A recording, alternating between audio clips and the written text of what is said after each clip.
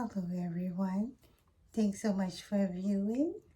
Please like, subscribe, and share with as many people as you can. And thank you if you already have. I certainly appreciate it. Well, today I'm going to talk about the housing market. It is crashing. The crash has begun and it's going to get very much worse.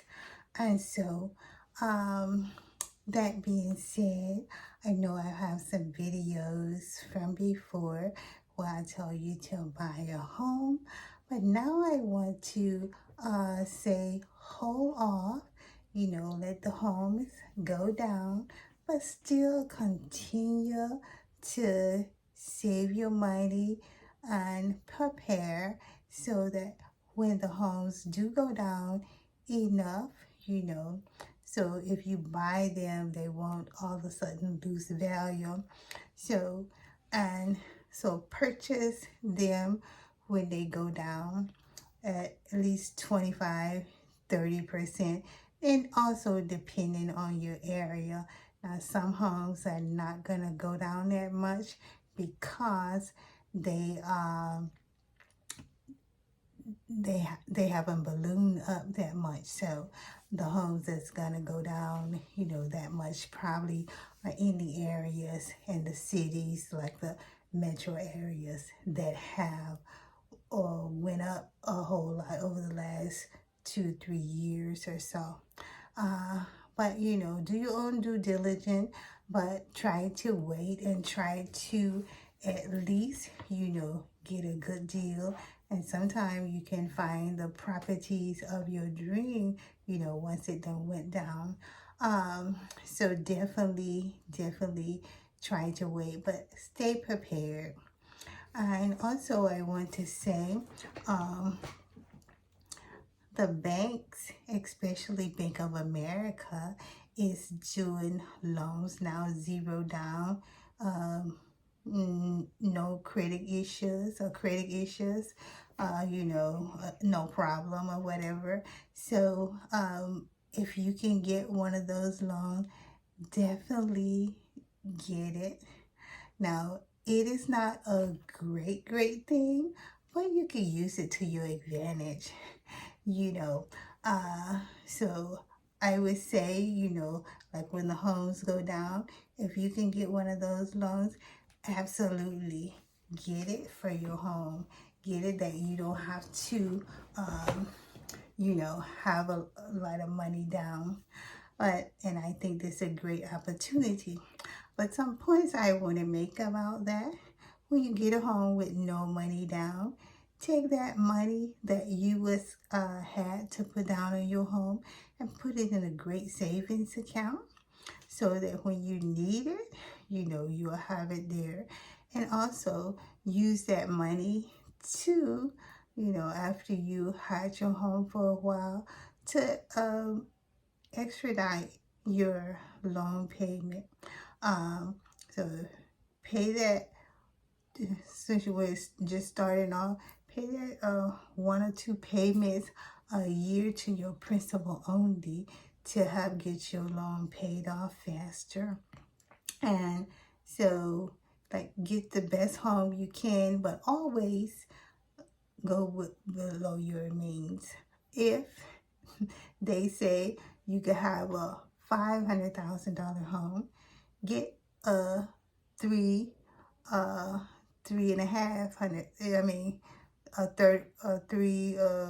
3.5, well, 350, I'm sorry, $1,000 home. I'm just saying, don't go up to what they say.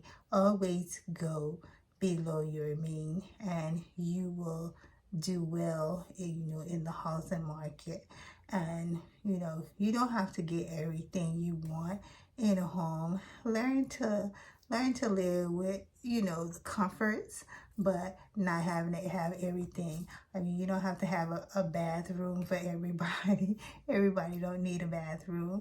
You don't have to have 3 or 4 kitchens in your home, one on the upstairs, one in the downstairs. You don't need all of that. You don't have to have 3 or 4 extra rooms. And so learn to live with what you need, and then a little bit more comfort. So definitely get one of those loans, but absolutely try to put that money up that you were saving for your home and use it at a later date. You know, like to pay your home off early, to put those extra payments on your home. So so that's what I basically want to say about homes. And but absolutely, at this time that the homes are falling in so many areas, definitely wait till they have failed. I feel, you know, none of us really know.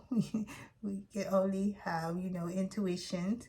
And so I feel probably within like 6 months, it will be down to like a good price.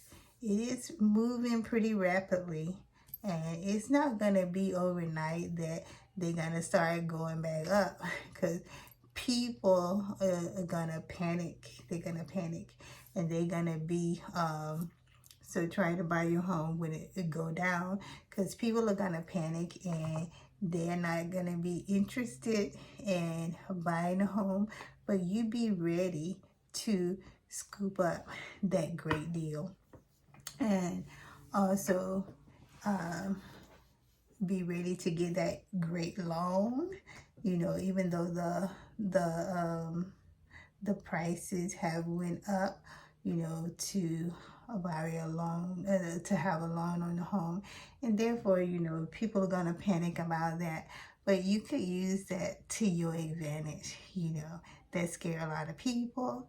And rightfully so, because some people are trying to afford more of a home that they can afford. You could use that to your advantage also.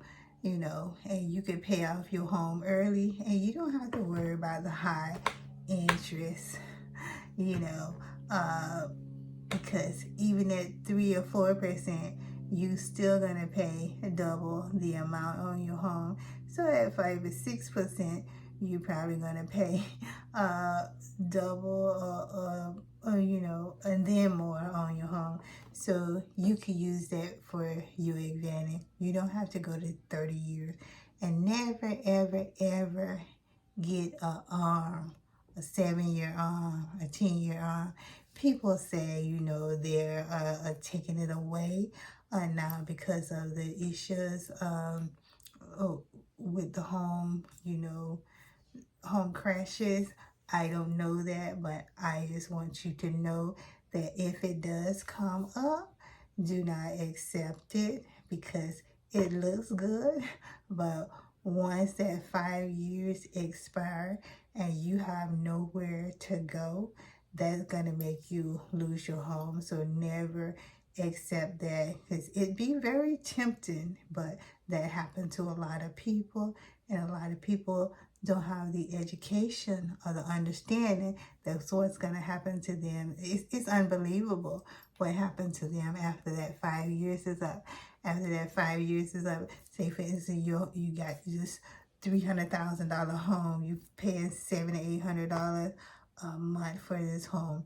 Well, when the arm goes up, then the 5-year arm drop off, the 7-year arm, or whatever, when it drop off, that home goes up to $1,800. Well, and you're blindsided because you never understood that. The bank did not tell you that.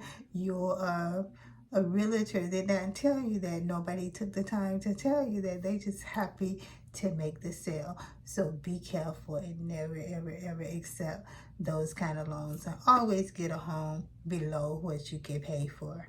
If you could pay for a $400,000 home, get you a $325,000 home. All right, guys. Well, I want to thank you so much. I appreciate you. You have a great day and take care.